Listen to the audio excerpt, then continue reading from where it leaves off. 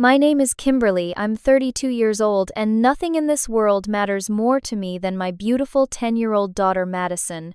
Last Christmas, my mother looked my little girl in the eyes and told her she wasn't her real granddaughter and to get out. The look on Madison's tear-streaked face changed something inside me forever. What happened next taught my mother that when you mess with my child, you better be prepared for war. If you're watching this, drop a comment letting me know where you're viewing from, hit that like button, and subscribe to join our community of survivors who understand that sometimes the family we choose is stronger than the family we were born into. Growing up, I always imagined I would create the perfect family one day, the kind with Sunday dinners, holiday traditions, and unconditional love. The reality turned out very different. I became a single mother at 22 when Madison was born.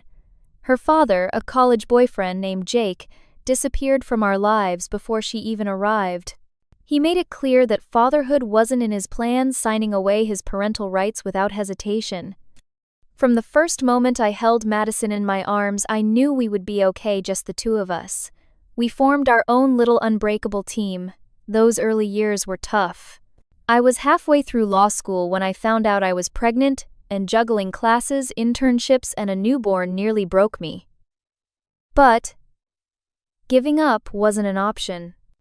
Every night after putting Madison to bed, I would study until my eyes couldn't stay open, fueled by instant coffee and the determination to give my daughter the life she deserved.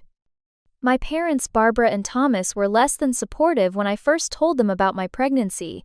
My mother's exact words still ring in my ears. "You've thrown your life away, Kimberly. We didn't raise you to make such irresponsible decisions." My father stood silently beside her, his disappointment visible in his downturned eyes, but he never contradicted my mother. He never did. Barbara had always been controlling. Growing up, nothing I did was ever quite good enough. My A- was questioned why it wasn't an A+. My soccer trophies were displayed with comments about how I could have played better. Even my acceptance to law school was met with, "Well, it's not Harvard, but I suppose it will do." Thomas, my father, was the eternal peacekeeper, always trying to smooth things over without actually addressing the problem. "Your mother just wants what's best for you," he would say, after particularly harsh criticism left me in tears. When Madison was born, my parents maintained a cool distance. They sent a generic baby gift basket but didn't visit for 3 months. Eventually, as Madison grew into a charming toddler, they seemed to warm up slightly. Visits became more frequent, though my mother always found ways to criticize my parenting. "She should be speaking in fuller sentences by now," or "You really let her wear mismatched socks." Nothing was ever right in Barbara's eyes.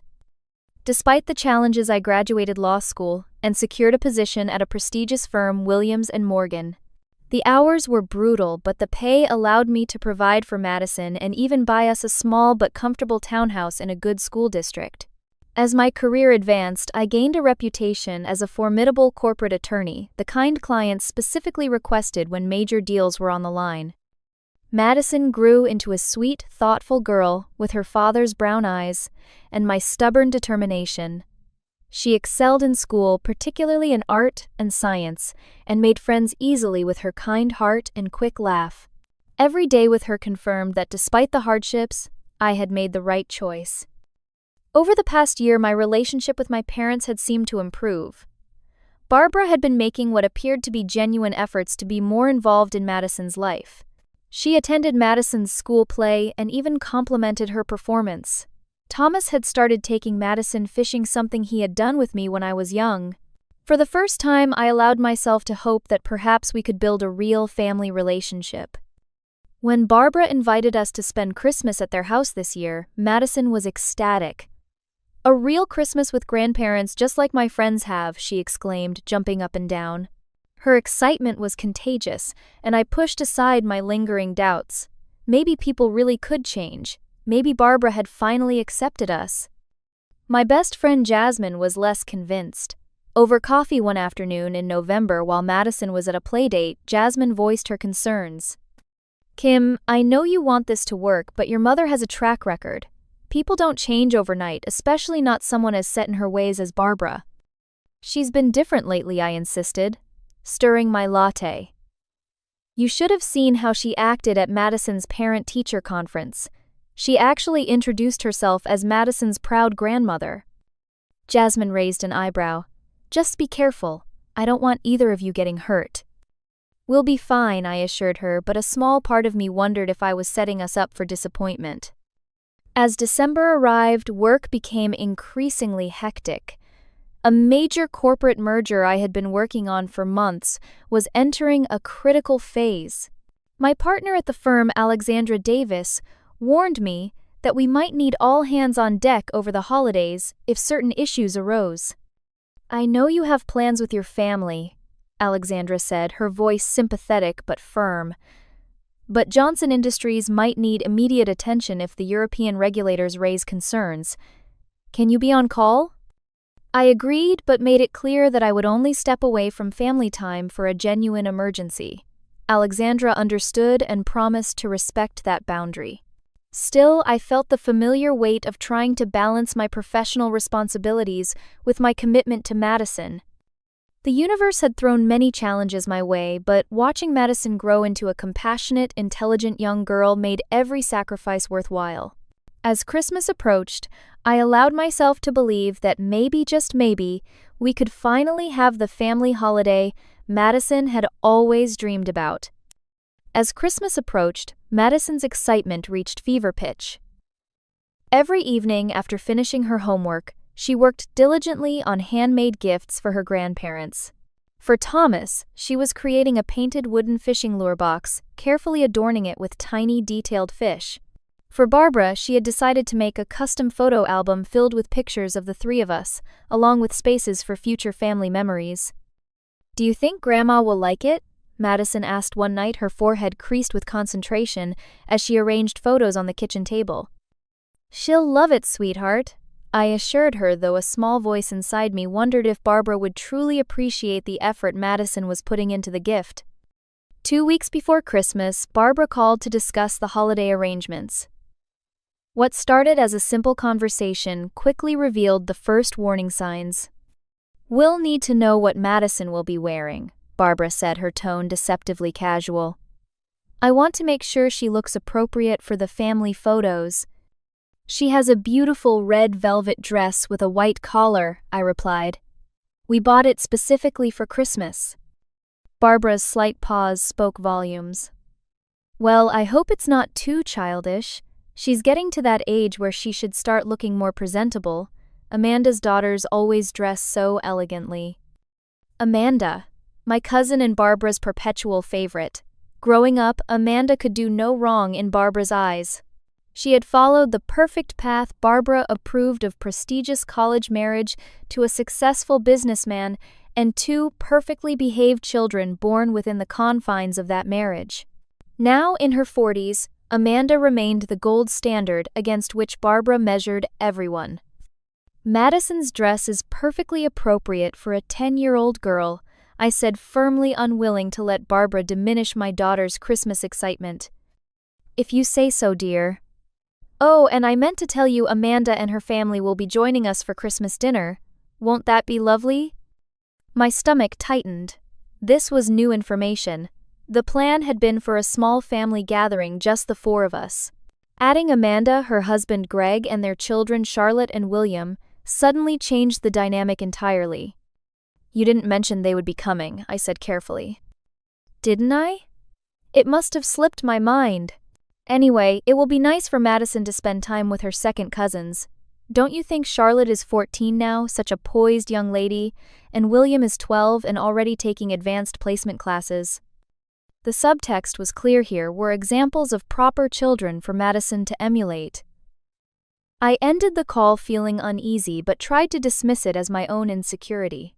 This was about giving Madison a special Christmas, not about my complicated relationship with my mother. A few days later, I received an unexpected call from my father. Thomas rarely called me directly, usually allowing Barbara to handle family communications.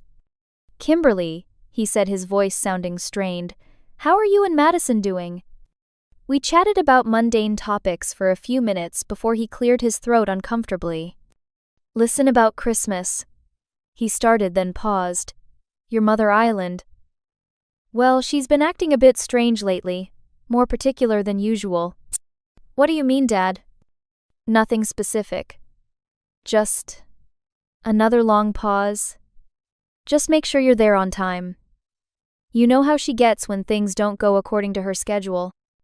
Something in his tone suggested there was more he wanted to say, but true to form, Thomas retreated from potential conflict. Dad, is everything okay? Is there something I should know before we come? No, everything's fine. I'm looking forward to seeing you both. Madison's going to love the present I got her. After we hung up, I sat staring at my phone, that familiar knot of anxiety tightening in my chest. Years of experience had taught me to read between the lines with my father. Something wasn't right, but as usual, Thomas wouldn't confront it directly. At work, the Johnson Industries merger was becoming increasingly complex. Alexandra called me into her office 3 days before Christmas. The European regulators have raised concerns about the antitrust implications, she explained, sliding a file across her desk to me. We might need to file additional documentation, possibly on Christmas Day, if they demand it by end of day on the 26th. Alexandra, I promised Madison I wouldn't work on Christmas. I know, and I wouldn't ask if it wasn't crucial. We're talking about a $4 billion deal that could collapse if we don't address these concerns immediately. Could you at least be on call if nothing comes up? Great, but if something does? I reluctantly agreed. 8 years at the firm had taught me that some crises couldn't be postponed even for Christmas. That evening, Madison was putting the finishing touches on Barbara's photo album when my phone rang again. It was Barbara. Kimberly, I just wanted to confirm that you and Madison will be arriving no later than 10 in the morning on Christmas Day. Amanda and her family will be arriving at 11, and I want to have some time with just us before they get here. We'll be there, Mom, I promised. And please make sure Madison understands that Christmas dinner is a formal occasion. Charlotte and William know how to conduct themselves at the table, and I expect the same from Madison. The criticism was thinly veiled, but I bit back a retort. Madison has beautiful manners, Mom. You don't need to worry. Well, last time she visited, she put her elbows on the table and interrupted your father twice. Just a friendly reminder.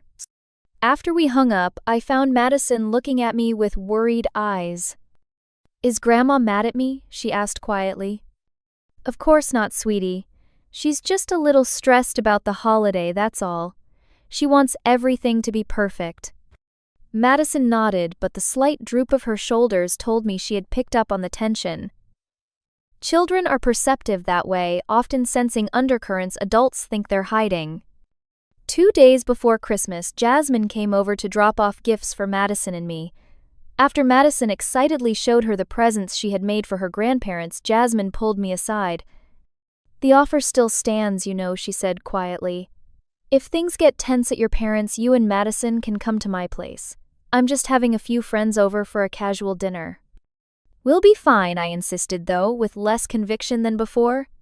Mom's trying in her own way. Jasmine squeezed my arm. Just remember you have options, and keep your phone on. As Christmas Eve arrived, Madison was vibrating with excitement. We baked cookies, watched holiday movies, and she carefully wrapped her grandparents' gifts, adding hand-drawn gift tags. Tomorrow's going to be the best Christmas ever, Madison declared, as I tucked her into bed that night. I can't wait to give Grandma and Grandpa their presents. Looking at her hopeful face, I silently prayed that Christmas would live up to her expectations. Little did I know the holiday would indeed be unforgettable, but for all the wrong reasons. Christmas morning dawned crisp and clear, with just enough fresh snow to create that picture-perfect holiday scene. Madison burst into my room at 6:30, bouncing on my bed with uncontainable excitement. Mom, wake up, it's Christmas. We had our own small Christmas tradition before heading to my parents' house. Still in our pajamas, we opened the gifts we had for each other under our modest tree. Madison squealed with delight at the art set and science kit I had saved up to buy her, along with the tickets to the Natural History Museum she'd been begging to visit. This is the best Christmas ever, she declared, throwing her arms around my neck. The gift she gave me brought tears to my eyes. It was a handmade bracelet with small clay beads she had painted herself, each one representing a special memory we shared. "I made it at art club," she explained proudly. "Miss Peterson helped me fire the beads in the kiln. The blue one is for when we went to the beach last summer, and the green one is for our hiking trip, and the yellow one is for—" She continued describing each bead's significance. I slipped it on immediately, promising never to take it off. After breakfast, we got dressed for the day at my parents'.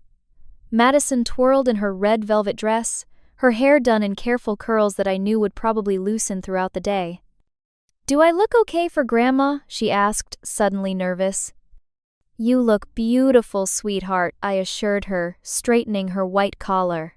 "Absolutely perfect." I chose a simple but elegant navy blue dress, professional enough to head straight to the office if the dreaded emergency call came, but festive enough for Christmas dinner. Just as we were about to leave, my phone buzzed with a text from Alexandra. "All quiet so far. Enjoy your Christmas. Will alert you if anything changes."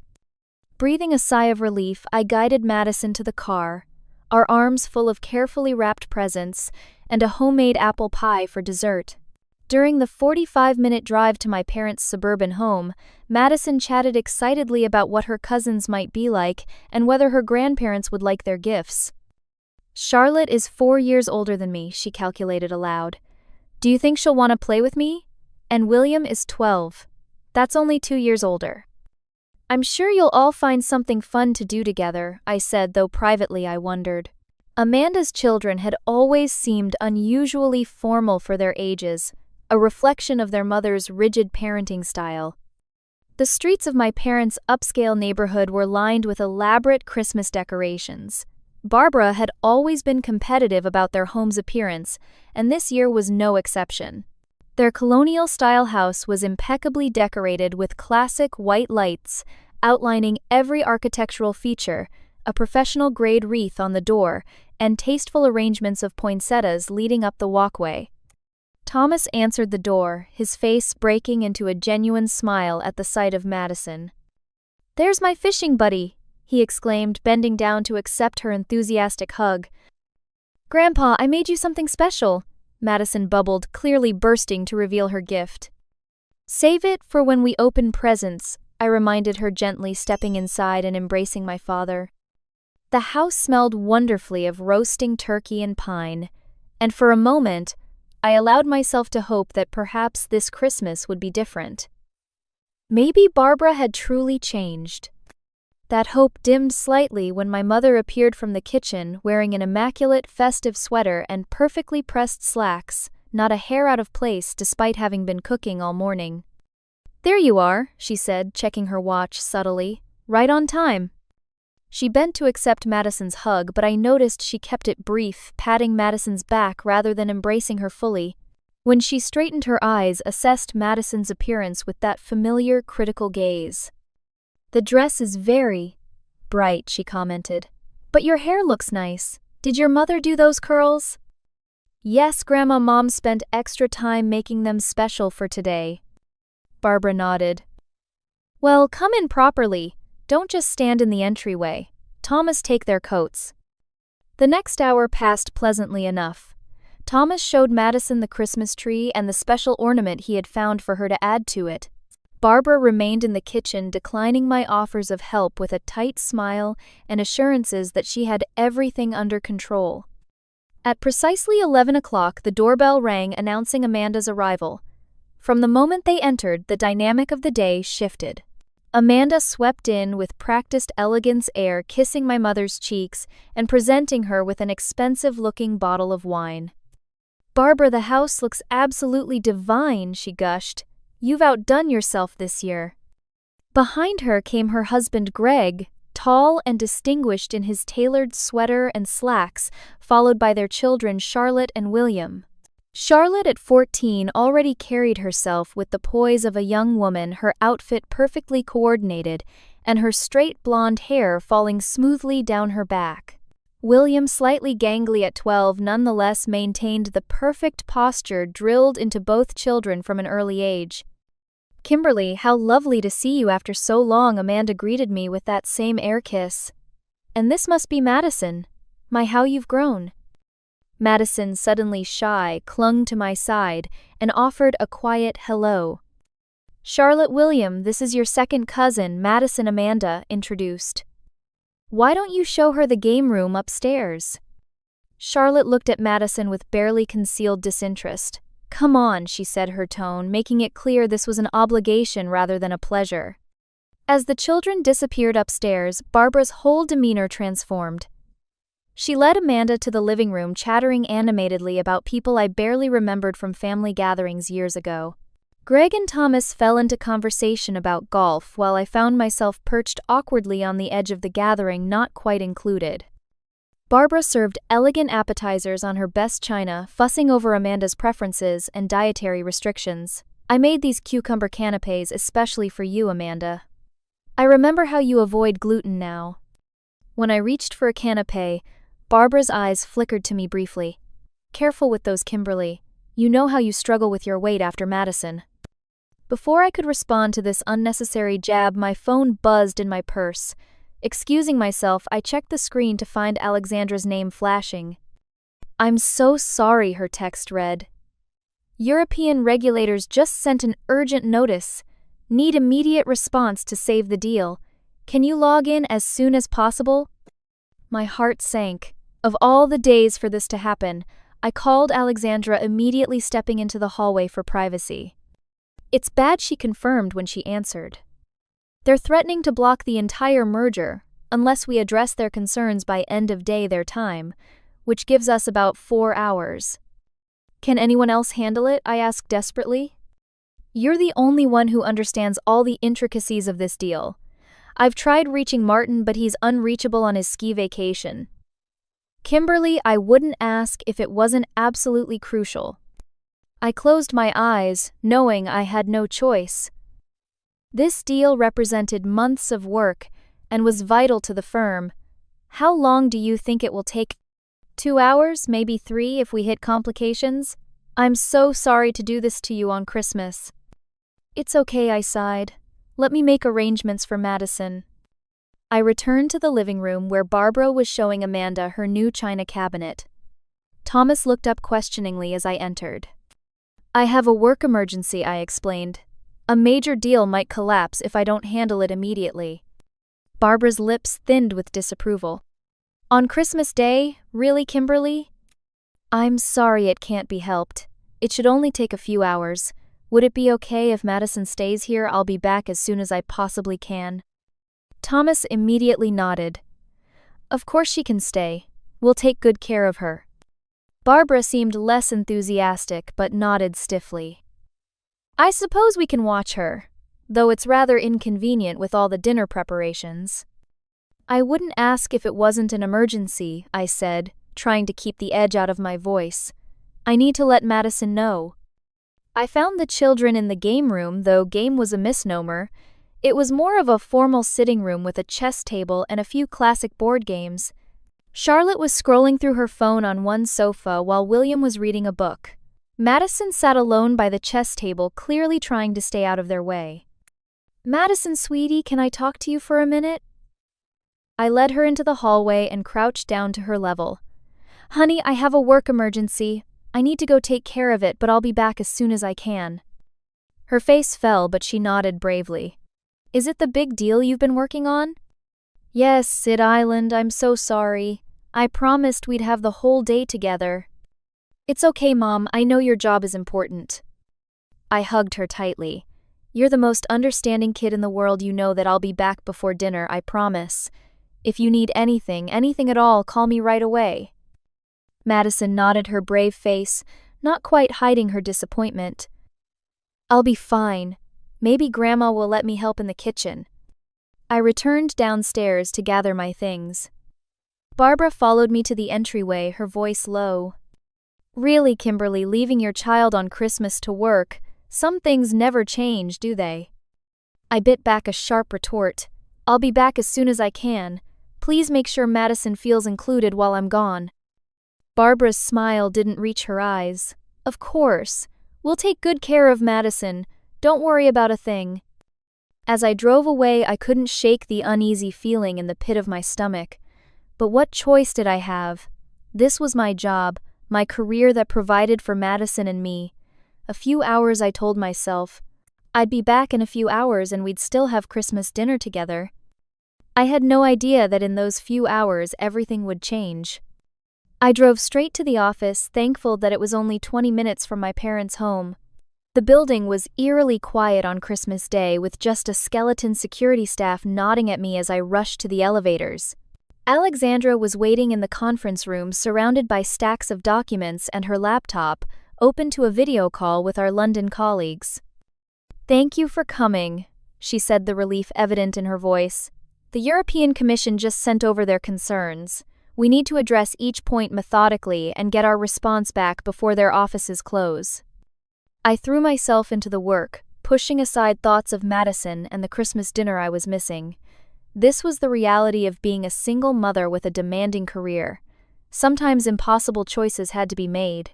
The work was complex and required intense focus, analyzing potential antitrust issues and drafting careful responses that would satisfy regulatory concerns without compromising our clients' business objectives.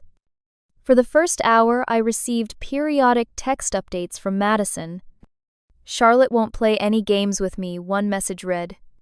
"Grandma said my dress is too childish for dinner," came another. "Then Grandma is showing Charlotte and William their presents early. She said mine isn't ready yet." I responded with encouraging messages promising I'd be back soon, but as the second hour stretched into a third, the messages became less frequent.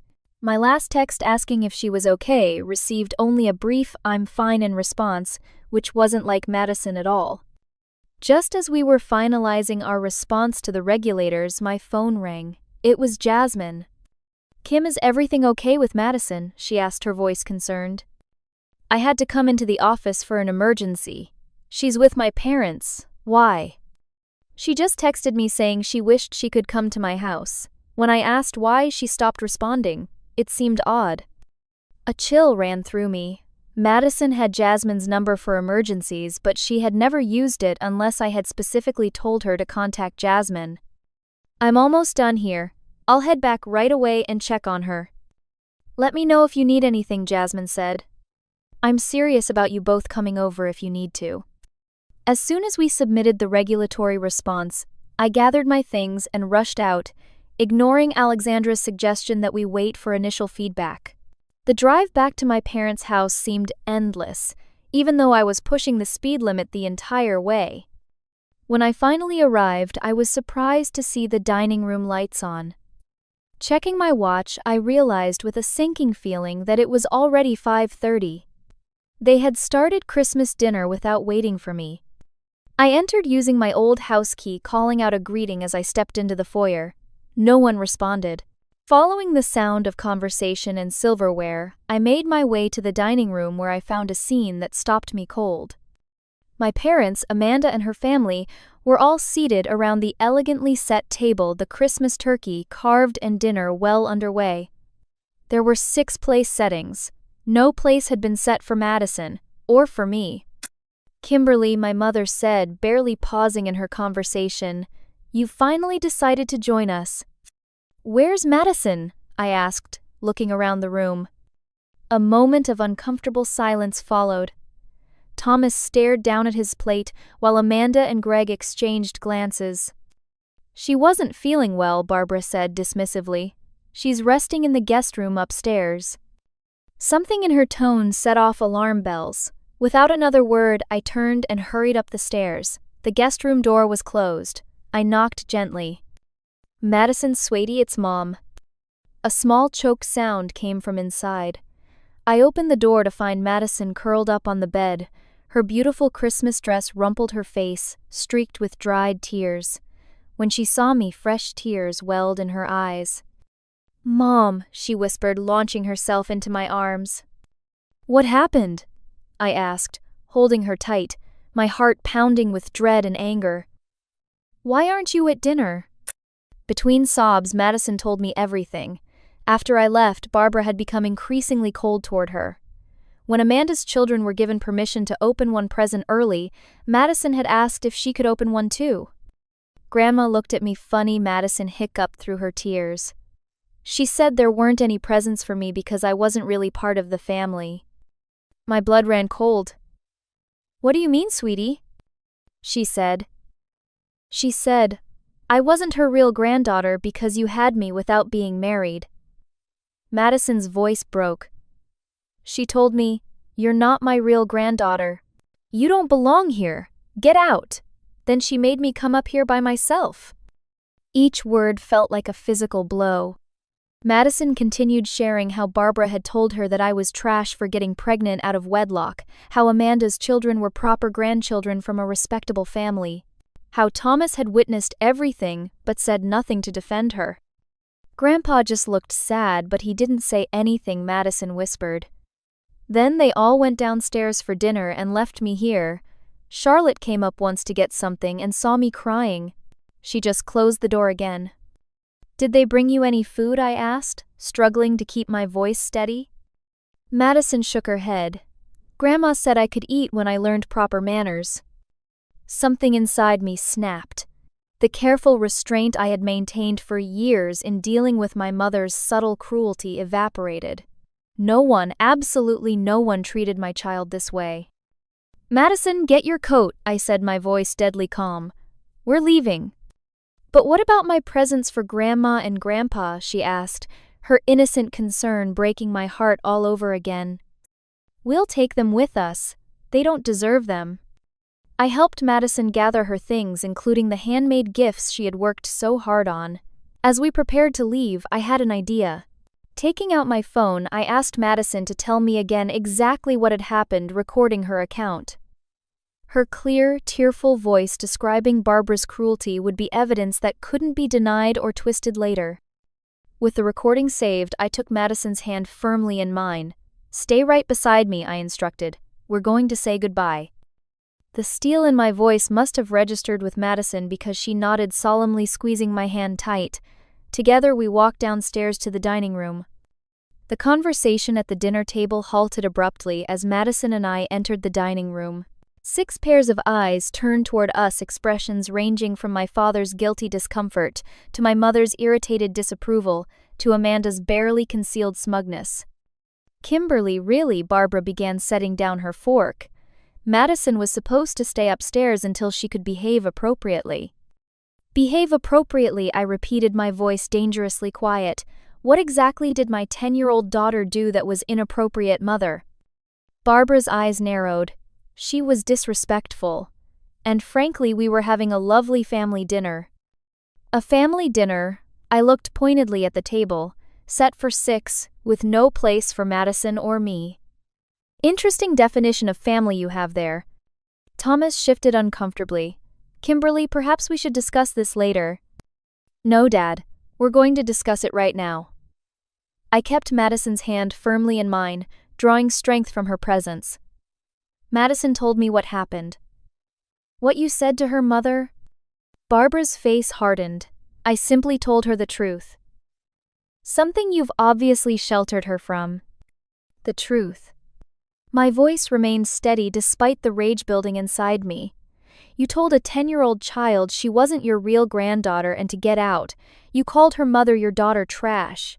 You left her crying alone in a room while you sat down to Christmas dinner." "That's not truth, that's cruelty." "Don't be so dramatic," Barbara scoffed. "Children need to understand their place in the world.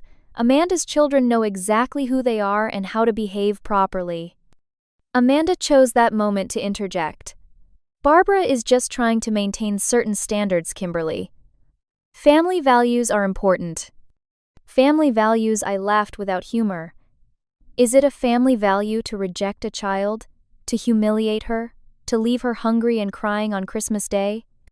Charlotte and William were staring at their plates, clearly uncomfortable. Greg looked like he wished he were anywhere else. Only Amanda maintained that superior expression so similar to my mother's. "I recorded Madison's account of what happened," I said, holding up my phone. "Every word of what you said to her, Mother. Every cruel, heartless word." The color drained from Barbara's face. "You wouldn't dare use that against me." "Against you?" "This isn't about attacking you. This is about protecting my daughter, something I should have done more forcefully years ago." Thomas finally found his voice. Barbara, you went too far. She's just a little girl. Stay out of this, Thomas. Barbara snapped. You've never had the spine to enforce proper behavior. Proper behavior, I repeated incredulously. What about your behavior? What kind of grandmother tells a child she doesn't belong in the family? What kind of mother calls her daughter trash? Barbara stood up, her napkin falling to the floor. I will not be spoken to this way in my own home. You've always been difficult, Kimberly. Always questioning, always defiant. And look where it got you, a child with no father struggling to maintain respectability. Struggling, I raised an eyebrow. I'm a successful attorney at one of the top firms in the city. I own my home. I provide everything my daughter needs. The only thing I've struggled with is believing that my own mother might someday truly accept and love us. Love is earned through proper conduct, Barbara insisted. No, Mother. Love is given freely, especially to children. That's something you've never understood. Amanda cleared her throat. Perhaps we should all calm down. The children don't need to witness this unpleasantness. The children, I turned to her. Your children sat down to Christmas dinner knowing their cousin was upstairs crying. Charlotte saw her and did nothing. They're learning the same heartless behavior you and my mother display. That's the real tragedy here. Thomas stood up. Kimberly, please. It's Christmas. Can't we try to salvage the day? Salvage it? I shook my head in disbelief. Dad, you stood by and let your wife tell your granddaughter she wasn't family. You watched her cry and did nothing. There's nothing to salvage here. Barbara attempted to regain control of the situation. You're overreacting as usual, Kimberly. Madison needs to understand the importance of family structure and tradition. Family structure, I felt Madison's hand tighten in mine. Let me tell you something about family, Mother. It's not about who shares your blood or follows your rules.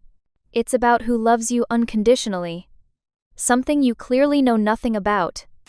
I turned to Madison, who was watching the confrontation with wide eyes. Sweetheart, do you have anything you want to say before we leave? Madison looked around the table, her young face showing a maturity beyond her years. I worked really hard on your Christmas presents, she said quietly. I thought you wanted me to be your granddaughter. I'm sorry I wasn't good enough. The simple dignity in her words hit harder than any angry tirade could have. Thomas's eyes filled with tears.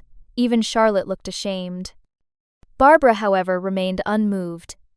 Emotional manipulation. She clearly learns from you. That was the final straw. We're leaving, I announced. Madison, say goodbye to your grandfather. Madison hesitated, then walked over to Thomas. Goodbye, Grandpa. I still have your fishing lure box if you want it. Thomas knelt down, tears now streaming openly down his face. I'm so sorry, Madison. This isn't your fault. None of this is your fault. He looked up at me, decades of regret in his eyes. Kimberly, I should have stood up for you both. Yes, you should have, I agreed without mercy. But it's too late now. Barbara attempted one last power play. If you walk out that door, Kimberly, don't expect to be welcomed back. I won't tolerate this disrespect. I turned to her, years of suppressed anger finally finding voice. That's the difference between us, Mother. I don't reject family because they don't meet my impossible standards. But I will protect my daughter from anyone who tries to hurt her, even if that person is her grandmother. I reached into my purse and took out my phone, holding it up so Barbara could see the recording icon. I have Madison's entire account recorded here. Every word you said to her. Every cruel, heartless word. Barbara's face paled slightly. You wouldn't dare use that against me. This isn't about using anything against you. This is about protecting my daughter. Something I should have done more forcefully years ago. I pocketed the phone. Madison and I are leaving now. Don't try to contact us. As we turned to go, Amanda tried one last intervention. Kimberly, you're being ridiculous. Barbara was just trying to maintain certain standards. Family values are important. I looked at her with pity rather than anger. The only family value that matters is love, Amanda.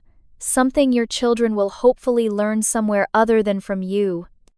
With that, I took Madison's hand and walked out, leaving behind the shattered remains of what I had foolishly hoped could be a real family Christmas. As we got into the car, Madison looked at me with tear-filled eyes. "Are we still family, Mom? Just us." I pulled her into a fierce hug. "We are the best kind of family, sweetheart, one built on love, and nothing will ever change that." As we drove away from my parents' house, I made a silent, ironclad promise Barbara would never have the opportunity to hurt Madison again, and she would learn exactly what happened when you messed with my child. Instead of driving home, I took Madison straight to Jasmine's house. I had texted her briefly while getting our coats, and she was waiting at the door when we arrived.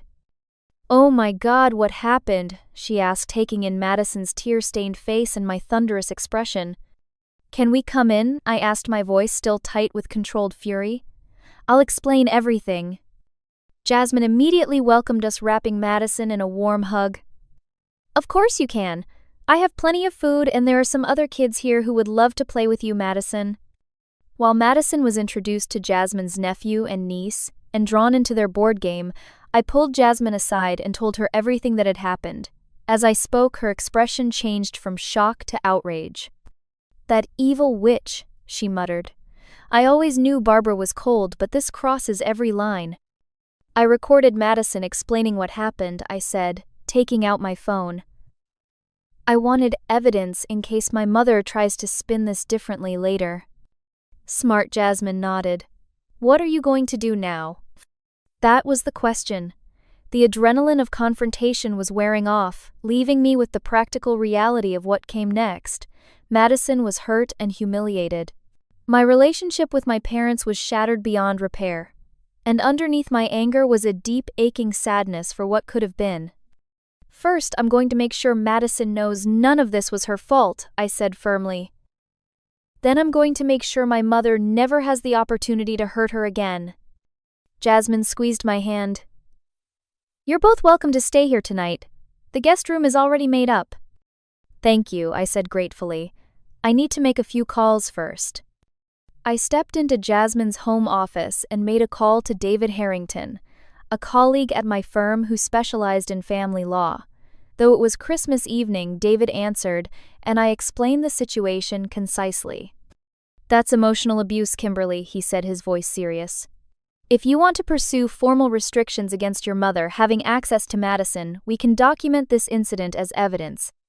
"I don't think it will come to legal action," I replied, "but I want to be prepared. Can we meet next week to discuss options?" After setting up an appointment, I made another call to Alexandra, briefly explaining what had happened and requesting the next 2 days off to be with Madison. Alexandra, horrified by my account, immediately agreed. "Take whatever time you need," she insisted.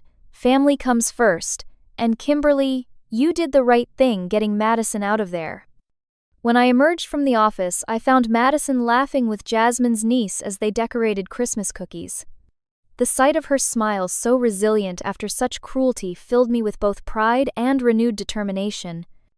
That night, after Madison had fallen asleep in Jasmine's guest room, I crafted a carefully worded email to key members of my parents' social circle, including the board members of the charitable foundation where Barbara served as chairperson.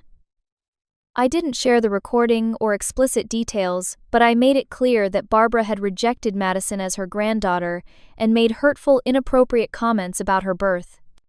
I also reached out to my father separately, writing, "Dad, I'm disappointed and heartbroken by your failure to protect Madison today. She deserved better from both of you. While I can't force you to be the grandfather she deserves, know that any future relationship with her will be entirely on my terms with strict boundaries to ensure her emotional safety." By morning, my phone was flooded with notifications. Barbara had called 29 times throughout the night, leaving increasingly desperate voicemails. "Kimberly, answer your phone. We need to discuss what happened." "This is ridiculous. You're overreacting as usual." "Do you have any idea how this looks? Amanda and her family were horrified by your behavior." And finally, around 3 in the morning, "Please please don't do this, please. You have no idea what you're doing. Call me back immediately." I didn't respond to any of them. Instead, I focused on giving Madison a joyful day after the Christmas disaster. Jasmine had arranged for her nephew and niece to stay an extra day, and the three children quickly bonded over games and movies. Seeing Madison laugh and play normally helped ease some of the ache in my heart. That afternoon, I received a call from an unexpected source, Catherine Reynolds, the vice chair of Barbara's foundation. "Kimberly, I received your email," she began carefully. "I want you to know that the board takes these matters very seriously. Family values are central to our mission, and that includes treating all children with dignity and respect." "I appreciate that, Catherine," I replied, stepping outside so Madison wouldn't overhear. "Several board members have expressed concern. Barbara has been difficult lately, even before this incident. We're meeting tomorrow to discuss the situation." 2 days after Christmas, the consequences of my actions began to materialize. Thomas called, his voice subdued. "Your mother's been asked to step down from the foundation board," he said without preamble, "and the country club, there's talk of reviewing her membership." "I'm sorry if that's difficult for you, Dad," I said, feeling no real sympathy. "No, you don't understand. I'm not calling to complain." He took a deep breath. "I'm calling to say you were right. What Barbara did was unforgivable. What I did or didn't do was unforgivable too. It's a little late for that realization, Dad." "I know," his voice cracked. "I've spent our entire marriage making excuses for her behavior, standing by while she hurt people, including you, especially you. But seeing Madison's face, when Barbara rejected her, something broke inside me, Kimberly." "What are you saying, Dad?" "I told Barbara this morning that if she doesn't get help, I'm filing for divorce. 42 years of marriage and I finally found my spine." He gave a hollow laugh. "Too late to undo the damage, I know." I was stunned into momentary silence. Thomas had always been the ultimate peacekeeper, sacrificing truth and justice on the altar of Barbara's approval. "I don't know what to say, Dad." "You don't need to say anything. I just wanted you to know that I understand what I did wrong, and I'm trying to make it right even now." He paused. "I'd like to see Madison sometime if you'll allow it. On your terms completely. I want to give her the fishing lure box I made for her." "You made her a fishing lure box?" I asked, confused. "When she told me she was making one for me, I thought we could match. I've been working on it for weeks." His voice broke again. "She's a wonderful child, Kimberly. You've done an amazing job raising her." "I'll think about it," I said, not ready to make any promises. "But it would have to be just you, not Barbara, and only if Madison wants to." "I understand completely." After hanging up, I checked my messages to find even more fallout. Amanda had sent a long defensive text attempting to distance herself from Barbara's actions.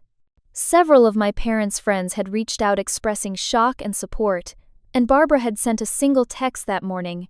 "You've destroyed everything. Are you satisfied now?" My response was brief and final: "You'd better start praying." I let her interpret that however she wanted. Prayer for forgiveness. Prayer that I wouldn't share the recording more widely. Prayer that she might somehow salvage her reputation. The ambiguity was intentional. Over the next few weeks, the consequences continued to unfold. Barbara's carefully constructed social standing crumbled as the story spread through their community. Thomas moved out temporarily, staying with his brother while he contemplated his next steps. Amanda's attempts to defend Barbara backfired when several witnesses from Christmas dinner contradicted her version of events, including surprisingly her own daughter Charlotte, who apparently had developed a conscience. Throughout it all, I focused on Madison. We spent the remainder of her winter break doing all the things she loved: visits to museums, movie marathons, art projects, and playdates with friends. I arranged for her to see a child therapist who specialized in family trauma, wanting to ensure the incident didn't leave lasting emotional scars. "Am I really not part of the family?" Madison asked one night as I tucked her in. "You are my family," I told her firmly.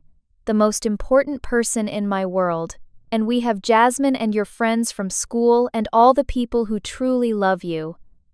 That's what makes a real family, sweetie. Love, not blood. She nodded thoughtfully. Grandma doesn't know how to love very well, does she? Out of the mouths of babes. No, sweetie, she doesn't. And that's very sad for her. As January turned to February, I received one final call from Thomas. He and Barbara had started marriage counseling at his insistence. Barbara had been diagnosed with narcissistic personality disorder, something that surprised no one but explained much. It wasn't an excuse, but it was a context. She wants to apologize to Madison, Thomas said tentatively. That's not happening, I replied immediately. Madison is not a tool for Barbara's redemption. I understand. Just know that the option is there if you ever change your mind. I wouldn't, at least not any time soon. Some wounds ran too deep, some betrayals too fundamental. Barbara had shown her true self that Christmas Day, and I would never again risk Madison's emotional well-being on the slim hope that my mother could change. The recording remained on my phone unshared beyond my immediate circle, but a powerful reminder of why I had made the decisions I had.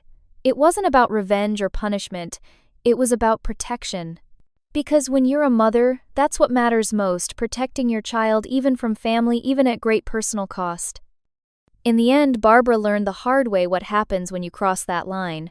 You'd better start praying indeed. 6 months after that fateful Christmas Day, Madison and I sat on our back porch swing, enjoying the warm summer evening. So much had changed in half a year. The immediate pain of Barbara's rejection had faded, though I knew the memory would always remain with Madison.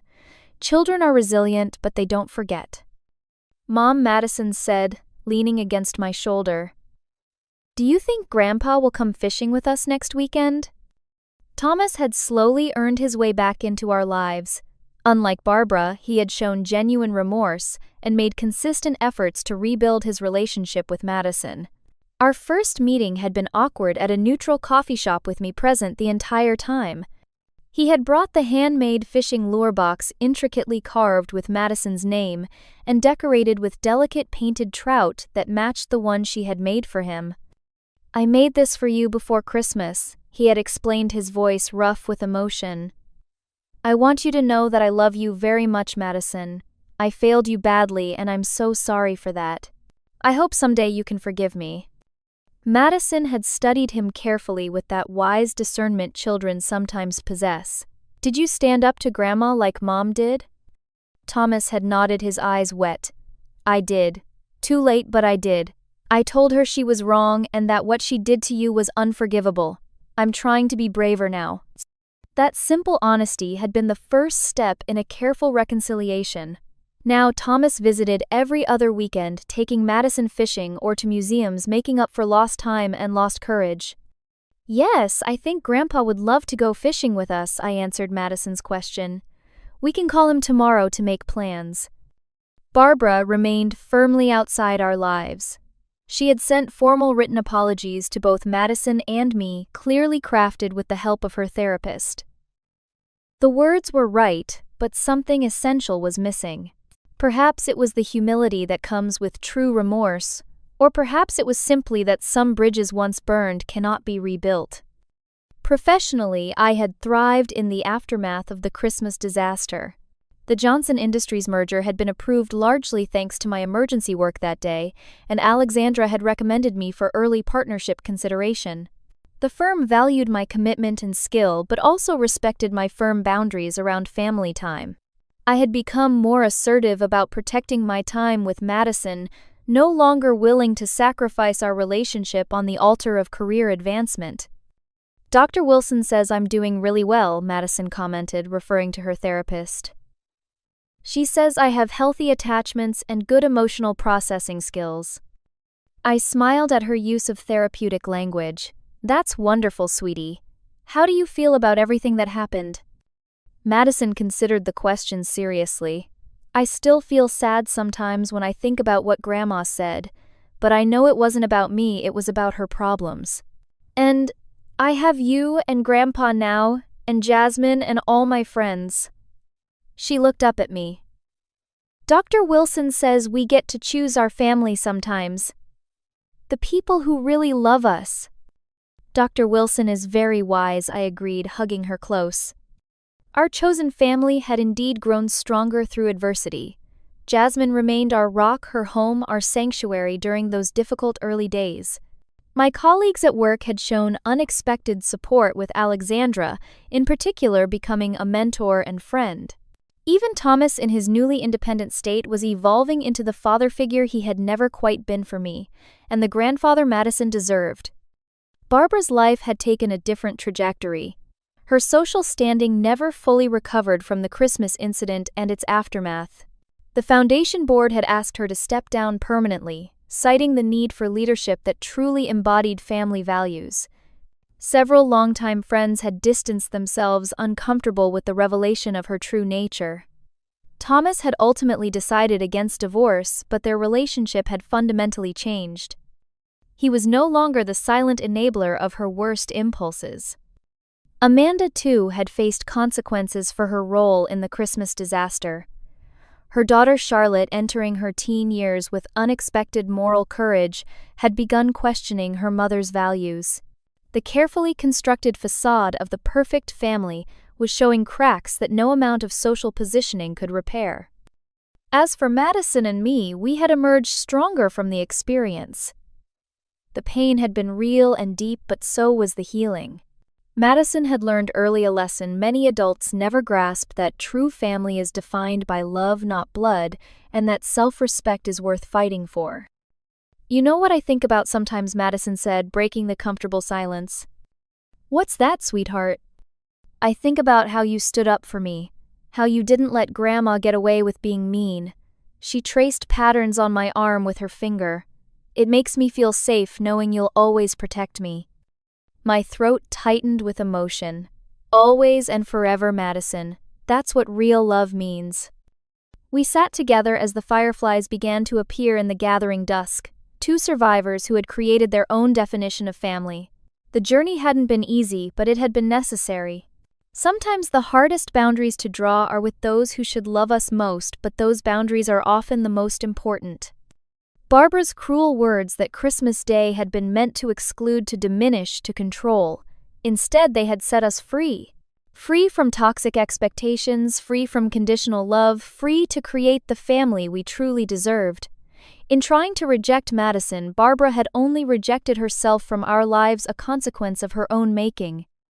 As the stars emerged in the summer sky, I reflected on the greatest lesson of our ordeal, that love should never come with conditions, that family is about who stands beside you in the storm, and that sometimes the greatest gift we can give ourselves is the courage to walk away from those who cannot love us as we deserve.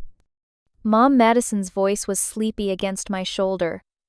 "Yes, sweetheart. I'm glad we're a family, just us." "Me too, Madison. Me too."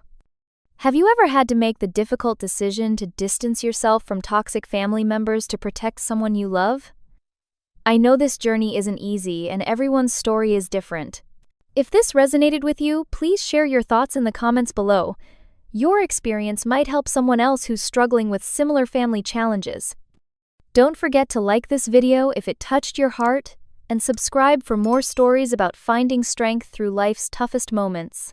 Thank you for being part of our community of survivors who understand that sometimes the family we choose is stronger than the family we're born into.